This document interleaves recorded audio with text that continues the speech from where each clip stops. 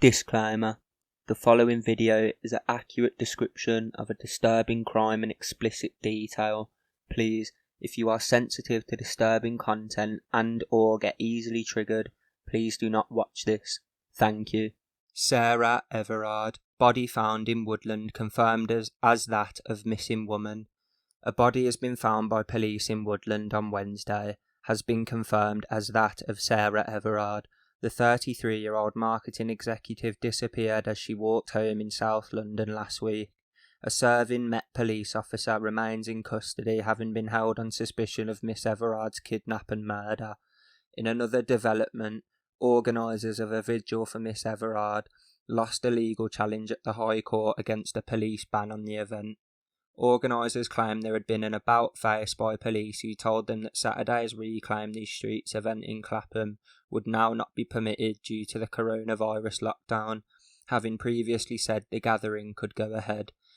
Vigil organiser Anna Burley said, "There's something we need to be angry about and stand up for as women." Safety's been a priority from the get-go. It would be ironic to organise a vigil to think about women's safety in public spaces without also thinking about the health and safety aspects. So right from the get-go, we've been hugely proactive on that.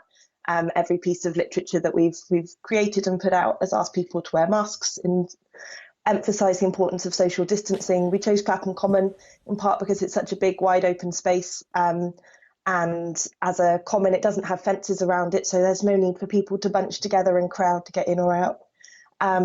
So we were trying to be very thoughtful. We had QR codes so that people could do track and trace, and just really trying to work out how we can do this in a really safe way. I suppose what the police might say from a policing point of view is that other groups of people who felt very strongly about other things might then take this as a cue that they could do the same thing, and that would mean that a lot more people were on the streets and coming to and from this kind of event than the government wants at the moment and then would be legal. I do understand that. I think that our right to peacefully assemble is an important one, and that when people do feel strongly and when groups of people's rights are under threat because they can't walk on the street safely, or as we saw last summer, they experienced racism and wanted to assert that their Black Lives Matter. I think that these are, our right to protest and our right to assemble in those contexts is a human right.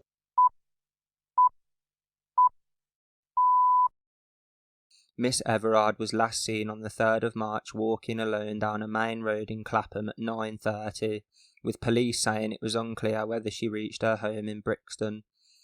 On Friday evening, Met Police Commissioner Dame Cressida Dick took part in a walkabout on Clapham Common. She walked with police officers and spoke to members of the public in the park close to Clapham Common tube station. Earlier, speaking outside New Scotland Yard, Assistant Commissioner Nick F. Grave gave a televised update on the police inquiry. Yesterday evening, officers arrested a serving Metropolitan Police officer at an address in Kent in connection with the disappearance of Sarah Everard. This man was taken into custody and remains in custody at the London Police Station. Our inquiries suggest that this officer was not on duty at the time of Sarah's disappearance. At the same time and at the same location, a woman was also arrested on suspicion of assisting an offender. She was also taken into custody and remains so at a London police station as I speak. This is a serious and significant development in our search for Sarah, and the fact that the man who's been arrested is a serving Metropolitan Police officer is both shocking and deeply disturbing. I recognise the significant concern this will cause. It's really important that the investigation team are given the space and time to find Sarah, and they're working at all speed to do so. I would also like to thank all members of the public who have come forward since we made our appeal to give information. Every piece of information is important to us, and I would reissue that request now that anyone who thinks they may know anything about Sarah's disappearance to come forward. As a father myself of 4 young women, I can only imagine the anguish that Sarah's family are feeling at this very, very difficult time. and my thoughts and prayers and those of the entire organisation are with them now. Thank you.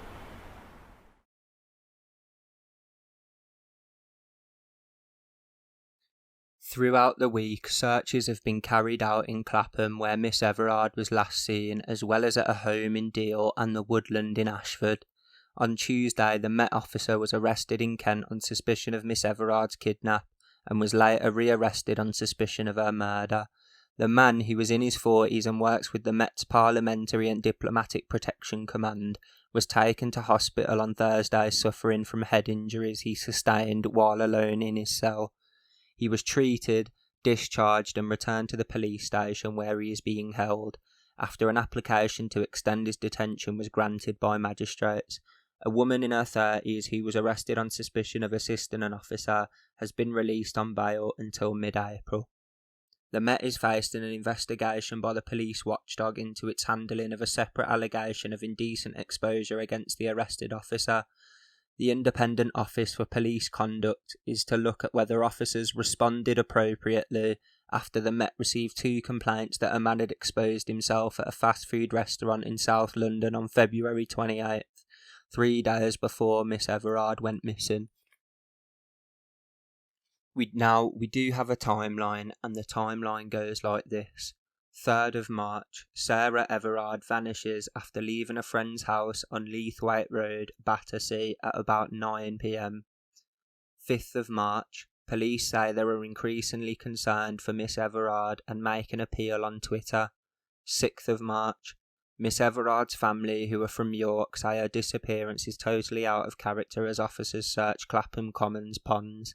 7th of March, footage taken from a doorbell camera shows Miss Everard walking alone along the A205 Poydner Road towards Tulse Hill at 9:30. Police say it's unclear whether or not she reached her house in Brixton. 8th of March, more than 120 calls are made from the public on the case and more than 750 homes are visited as part of the investigation. 9th of March, a serving officer is arrested in Kent along with a woman who is held on suspicion of assisting an offender. 10th of March, Met Police Assistant Commissioner Nick F. Grave describes the arrest as shocking and deeply disturbing. Extensive searches are carried out in parts of Kent later in the evening. Commissioner Dame Cressida Dick said human remains have been found in Woodland in Kent. 11th of March, suspect taken to hospital after suffering head injuries while in custody. The woman arrested on suspicion of assisting an offender is released on bail. 12th of March, body found in Kent Woodland, confirmed to be that of Miss Everard. Now, he apparently is going to be in court tomorrow, so we are hoping for this officer to be charged with the murder, if he has committed this murder, because this is disgusting. The people that we trust are now turning on us and kidnapping and killing people. No, I'm sorry, this is disgusting. Please, subscribe to this channel.